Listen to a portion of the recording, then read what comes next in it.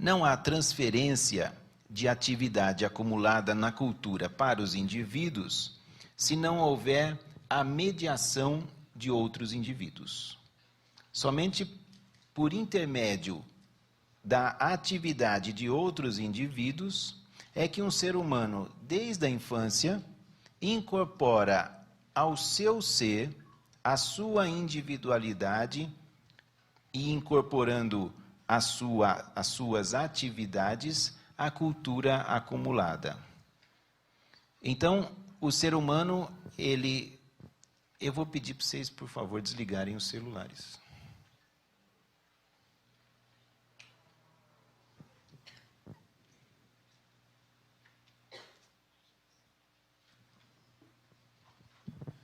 Então, o ser humano, quando nasce, ele já nasce em um ambiente transformado pela atividade das gerações passadas.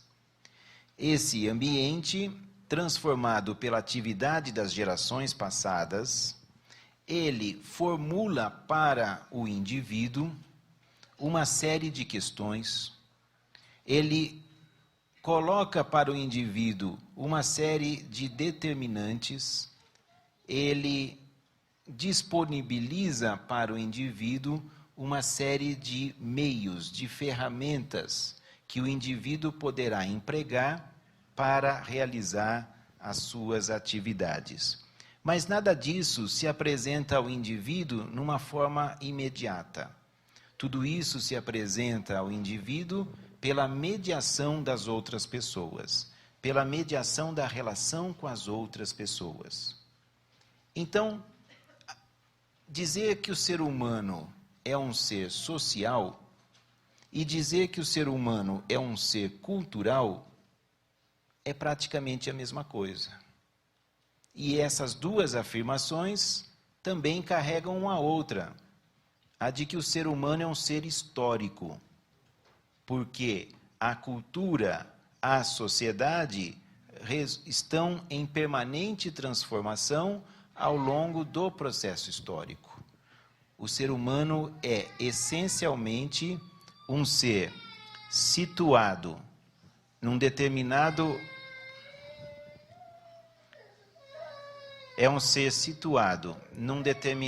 momento histórico,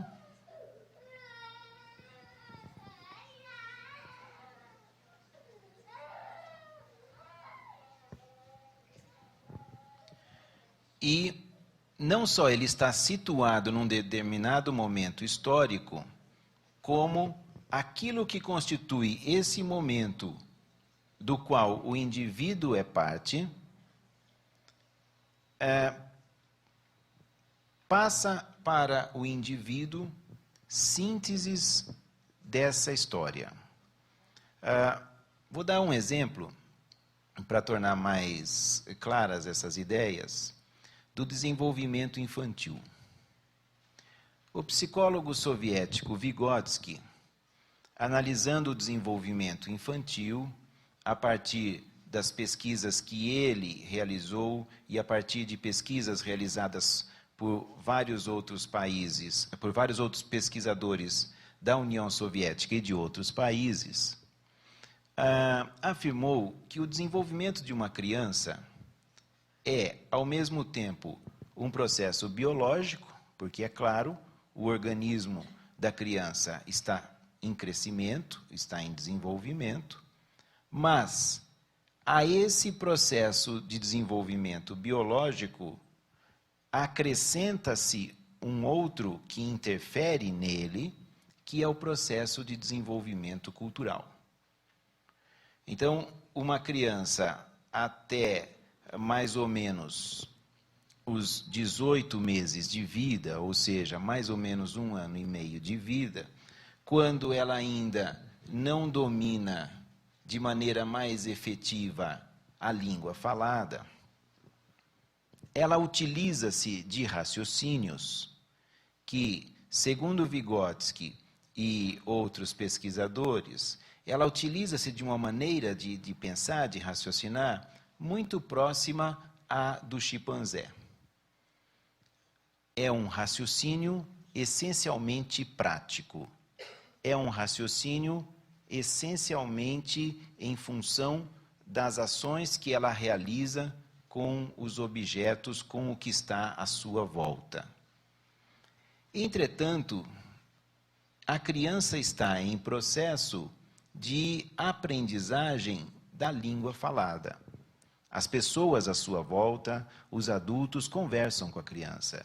Utilizam-se da língua falada para se comunicarem com a criança nas situações concretas de relacionamento com ela. A criança, então, está em fase de apropriação da língua falada. À medida em que ela se apropria da língua falada, à medida em que a linguagem incorpora-se mais decisivamente à sua comunicação com as pessoas à sua volta, isso interfere no raciocínio da criança. Isso produz uma aceleração e poderíamos dizer, isso produz saltos enormes no desenvolvimento do raciocínio da criança.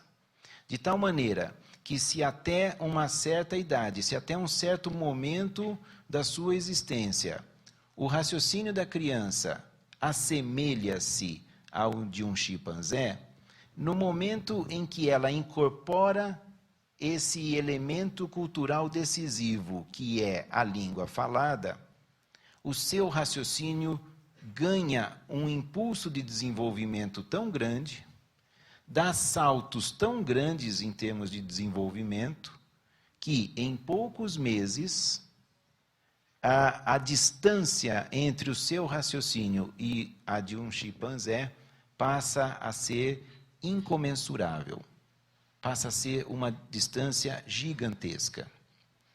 E o que possibilita que a criança dê esse grande salto? A primeira resposta que Vygotsky dá é a apropriação da língua falada. Bem, mas por que a apropriação da linguagem gera esse salto? Por uma razão bem simples. Porque a linguagem, assim como outros sistemas culturais produzidos pelos seres humanos, contém atividade condensada, contém atividade acumulada. Quando a criança se apropria da linguagem, ela está se apropriando já do resultado de milhares de anos de evolução.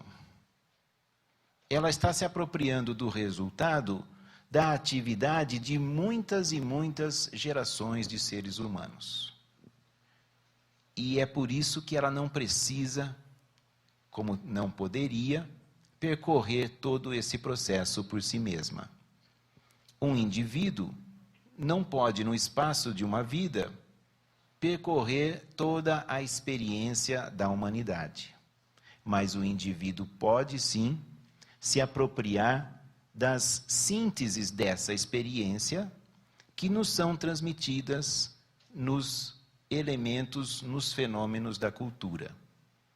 Portanto, quando uma criança se apropria do conhecimento, seja na linguagem, seja no mundo dos objetos que são utilizados no cotidiano, seja nas formas de comportamento, de relacionamento que as pessoas estabelecem com a criança, ela está se apropriando de sínteses de atividade humana. E isso lhe possibilita dar enormes saltos no seu desenvolvimento. Ela incorpora a sua atividade à síntese da atividade de outras pessoas.